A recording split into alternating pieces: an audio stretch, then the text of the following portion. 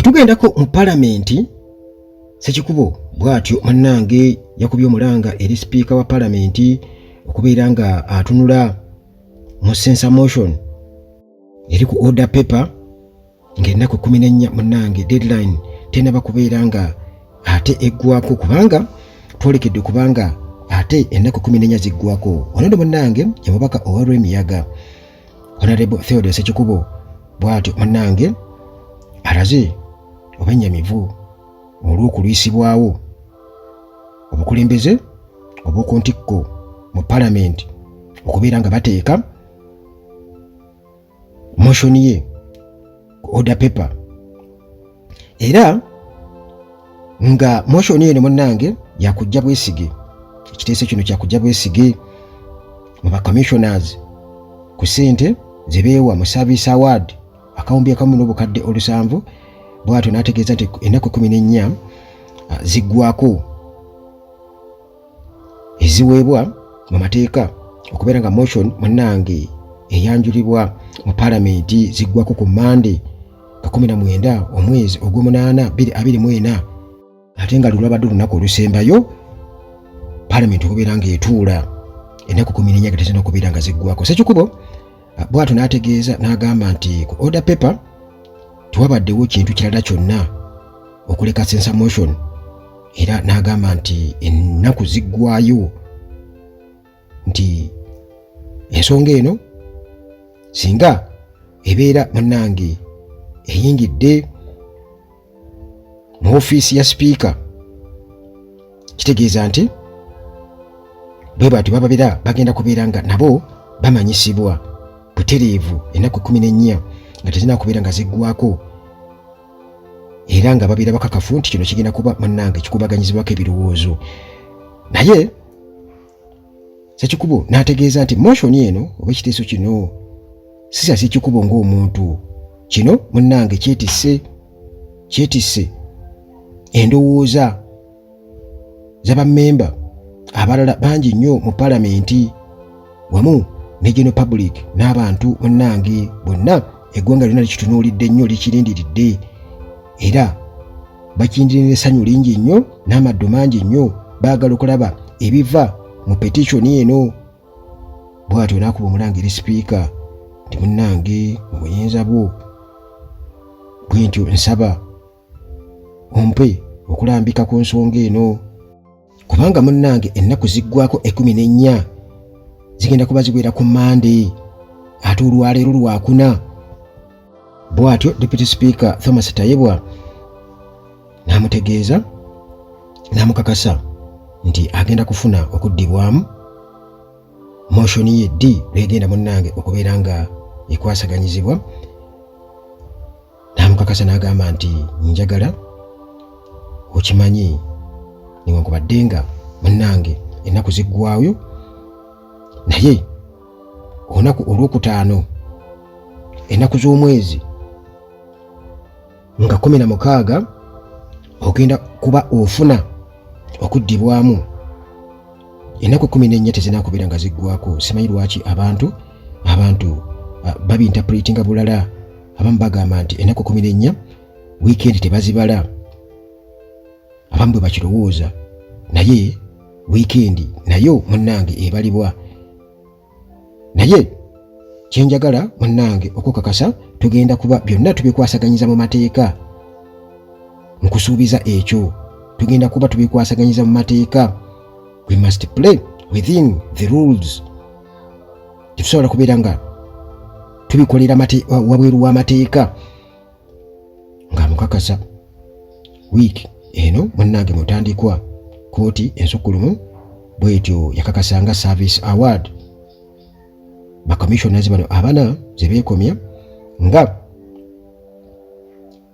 sente bwe zaali mu mateeka era nga zayisibwa palamenti era nga zayisibwa mu makubo munnange agaateekebwawo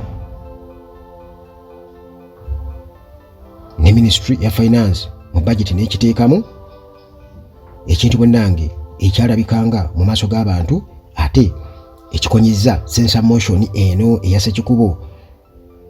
Kakati Ssekikubo bw'atyo n'avaayo n'akakasa nti nedda okusala kwa kkooti ku buwumbi oba ku kawumbi kano akamu n'obukadde 7 eza service award ezeekomya ba commissioners bano kino tekirinaawo ngeri gyenna gyekikosaamu censor motion kubanga kkooti teragidde ku nsonga eyo nti censor motion ate eyimirizibwe. Era n'ategeeza nti ebyabwe ebiri mu petition birala nnyo, ebiri mu motion birala nnyo, oba oli awo ku ebyo abo ba petitioners bye batwala mu civil court. N'akakasa nti munnange tulaba amawulire nga galinga agalaga nti ate censor motion nayo bwetyo yalinyiddwamu eggere. Censor motion ekyaliwo, it is still standing. Era ffe munnange bitusaba birala ku ebyo ate abagenda mu kkooti mu civil court bye batwalayo tebiina ngeri munnange gye bitukosaamu, era n'ensala ya kkooti terina ngeri gyekosaamu motion okubeera ng'eteekebwa ku order paper mu palamenti. Kale bino nga bwe tubiraba bwe bityo bwe biri, era nga tulinze okulaba Deputy Speaker Thomas Tayibwa nga bwe tukakasizza nti bagenda kuba buli kimu bakikwasaganyiza mu mateeka, si wabweru bw'amateeka. Naye awo nsuubira n'omuto akiramuza bwenkanya nti okusinziira munnange ku kiriwo already delay erabika ebadde erindiridde ensala ya kkooti nti okulwisaawo kuno kubadde kulindiridde ensala ya kkooti kuba ttiimu ya Mpuuga already yali erabudde nti ensonga eno eri mu kkooti. N'olw'ensonga eyo tulina okulinda kkooti emale okubeera ng'esala omusango ku nsonga eno eya service award. Kkooti ng'emaze okuwa ensala yaayo, era munnange batutegeezezza lunaku lwa leero Lwakutaano 16 katusuubire nti nga Ssekikubo bw'akirowooza nti ensala ya kkooti terinaawo kakwate ate ku bo munnange bye baateeka mu censor motion nti kibenga era ne palamenti oba abasalawo ku nsonga eyo oba egenda ku order paper oba tegenda, nabo bwe batyo babiraba. Naye ng'okusinziira ku mbeera nga bw'eri wano e Uganda, embeera nga bw'eri wano e Uganda, jjukira nti mujjukira wano Zaake ng'agobeddwa ensonga yagenda mu kkooti, naye bano baapapirira ne basooka bakiyisa mu palamenti wano ne bamugoba. Kkooti bwe yasalawo kitegeeza balina okujjulula kiri, kiba kitegeeza nti kkooti okusalawo kwayo era palamenti oba oli abo esobola okiyimirirako negamba nti ate kati kkooti ensonga yagenze ddala mu kkooti, kkooti n'esalawo.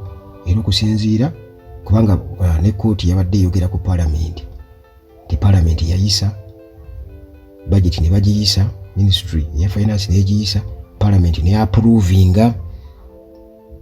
N'olw'ensonga eyo kyali mu mateeka, ebigambo bye baakozesezza mu kkooti era byabadde mu palamenti budget, ate byonna bibeera approved mu palamenti.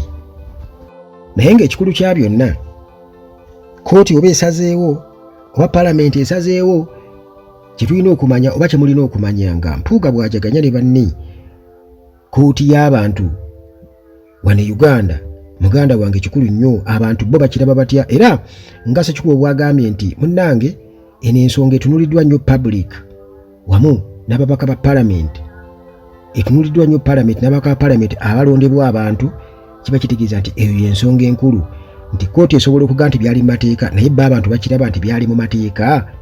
Abantu munnange be basalawo, abantu be basalawo, tulina okubeera nga tuba ne servant leadership, tulina okuba nga tuba n'obukulembeze obuweereza abantu era nga bagendera ku ebyo abantu bye balaba nti bye bituukiridde.